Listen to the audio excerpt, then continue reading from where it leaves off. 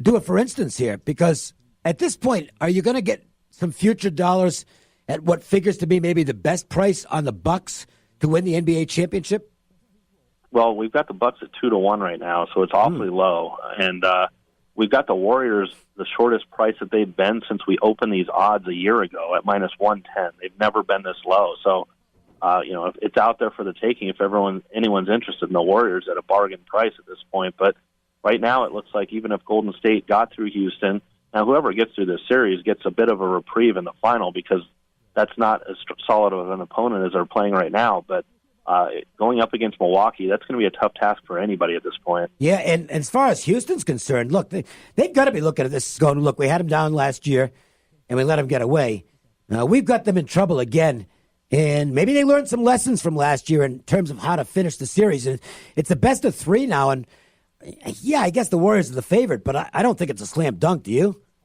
No, I don't think it's a slam dunk either, but the one thing that they have going for them at this point is they have Chris Paul in the lineup where they didn't last year in the final two games. So they're healthy at this point. They're playing them toe-to-toe, and even the two games in Golden State were somewhat close. So the Rockets are catching 6 tomorrow night, and it's going to be a tight game again, I think. Yeah, I mean, Iguodala limped off.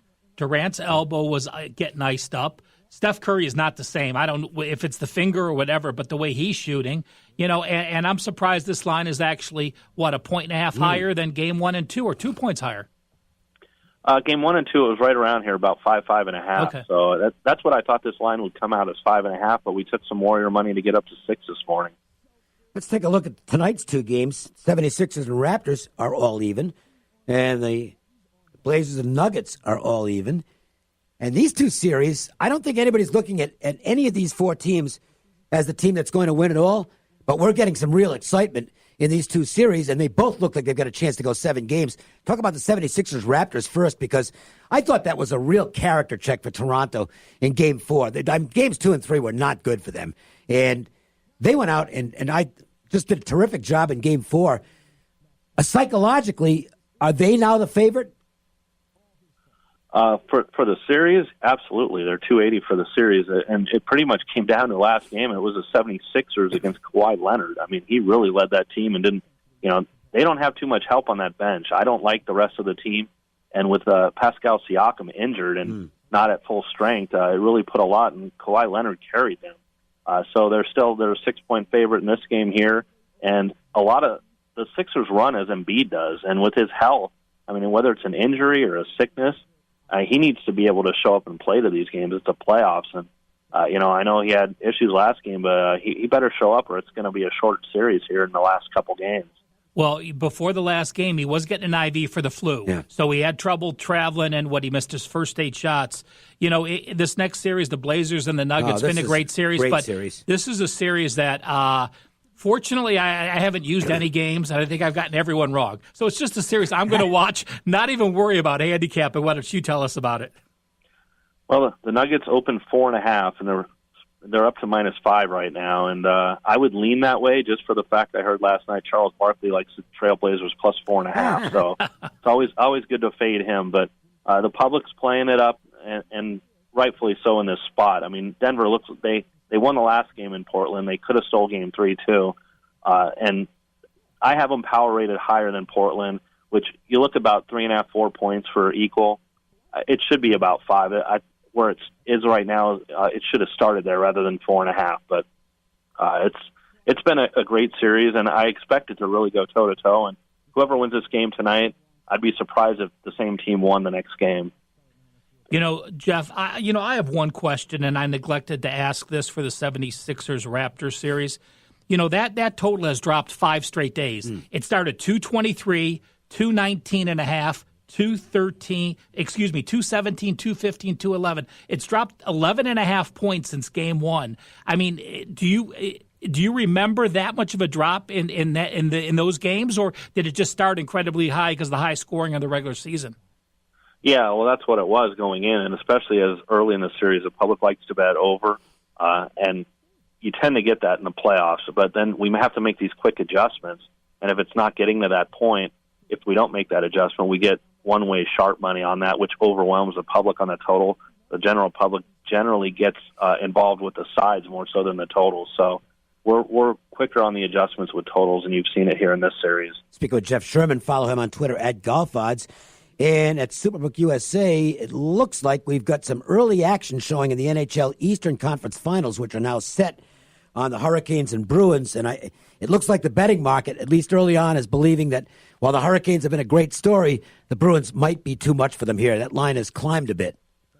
Yeah, I opened it this morning on minus 160 on Boston. That's exactly what I had made it. I know it opened a little lower elsewhere out there, but the game line came out as Boston minus 155 and Carolina plus 140, and they're playing Thursday night as game one. So it should be an intriguing series, and we've seen throughout these playoffs, so you can't make these favorites too high. I mean, there are plenty of teams. Every team is live in the NHL postseason, so I think about $1.60 is a fair price. Nothing is set in the Western Conference yet because we've got 2 Game 7s, one tonight and one tomorrow. Let's talk about the Stars and Blues first, because I'm seeing where it looks like this is a number now where I think the sharp players might just jump in and go for the value with Dallas, even if they don't think they're going to win. Yeah, it's driven up to $1.55 on St. Louis, starting out in the $1.35 range, and I think a lot of that had to do with Ben Bishop being banged up last game, the goaltender for the Stars, and people hoping that he might not be 100% in this, but it seems like it's got to its peak, its high point. And he is in goal tonight, so I expect to see some Dallas money show up and the line to come back down a little bit closer to game time. Well, Colorado forced to Game 7, and, San Jose, right about in that range that we've seen these hockey games where, you're in that 135, 140 range. Any movement on this? Yeah, we opened the Sharks as a $1.30 favorite and they're up to a $1.45 favorite, and we've been pretty aggressive moving that because we saw the same type of betting pattern the last time they played in San Jose here. So that game moved all the way up to $1.50, so we're moving it up rather quickly because we expect with this game tomorrow night to get more Shark support than Avalanche support. This weekend's PGA event, the Byron Nelson Classic. And it's, as you would expect with a major coming up, it's not a great field, but there is a star at the top of the field who, missed in the Masters by 1. He's a great major player, but he takes this tournament seriously. Brooks Koepka is a clear favorite going in. I thought the star you were talking about was Tony Romo. No, this is interesting because I saw you tweet this just a while ago. You've actually got 6 bets on Romo, and one of them is $100. It's climbing. We're up to 9 bets, and 2 of them are $100, and we really don't need him to win outright this week, but I'm not too worried about that aspect. So, he's on the other end of the spectrum with Koepka, the 13-2 favorite. Tony Romo's at 10,000-1, and I think people are supporting Romo just because he's a member of this course, Trinity Forest Golf Club down in Dallas. So they're hopeful, but he's played 4 PGA Tour rounds and he hasn't broke 77 in any of the 4 yet. I have his first round score set at 77.5, so it's a bit ambitious thinking he can beat this quality field. I don't think it's going to happen. We've seen some big upsets, but this, I can safely say that at the age of 66, if Tony Romo were to win this tournament, it would be far and away the biggest upset that I've ever seen, and I think there's much less than a 1 in 10,000 chance it happens. To me, it's more like 1 in 100,000. He's completely over his head here. Yeah, it's just from what I've seen. I mean, especially because when he played in the Dominican Republic, the field was not as strong as this one is with the likes of Koepka, Matsuyama, Jordan Spieth, Stenson. It was a lot less a quality of a field down there, so he's really going up against some solid golfers. Talk about the event this week, and I have seen Henrik Stenson's name pop up from a couple of respected guys who know their golf and think that Stenson's game might be rounding into form, and that at 28-1, that's not the worst stab in the world. Yeah, I opened him at 20-1, and it escalates pretty quickly after that. One of the guys I like is Leishman at 25, but he's very similar to Stenson and a ball striker for this course. Now, you do need to go low. They've only played here at Trinity Forest. Last year was the first year on this course, and 23 under won it. So you got to get some birdies out there, and both these guys are capable of doing that. How about some long shots who might be looking a little bit live, and we've seen a few of this, pretty good one last week, I'd say. Well, one guy to keep your eye on is Scotty Scheffler. He's 50-1, and he's been playing on the lower tour for the PGA Tour, and he's finished top 10 in his last 3 events there. and he's going to have his card for next year on the PGA Tour. So he's graduating to that, and he's a Texas guy. So he might be one of the guys at 50-1 that people haven't heard of that might be able to sneak up. Moving to your favorite sport, the soccer match of the week? Well, this isn't something I can talk about going forward, but what happened today was unbelievable in the UEFA Champions League, where Liverpool beat Barcelona 4-0 after they lost the first leg 3-0, and so they came back. Liverpool was 15-1 odds to advance today, and they ended up beating them 4-0 to advance to the final, so a huge upset in the Champions League. That is pretty big. And let's talk NFL, because Superbook USA is always adding things. And I was looking at the menu this morning, and it's like you'd think the season was starting next week with all the betting options that are out there for the players. Oh, we got so much between the season wins, teams to make the playoffs, games of the year, and with the college football, we've got the championship up, the Heisman Trophy, and the first draft pick, which is going to bridge from the college to pro next year with Tua Tagovailoa, 1-2 favorite to be the number one pick overall. So plenty of football, and it's what are we in May right now? So we got a long way to go. Yeah, the interesting thing is that the guy I would make the favorite for the Heisman, he's not the favorite, but he's the second choice.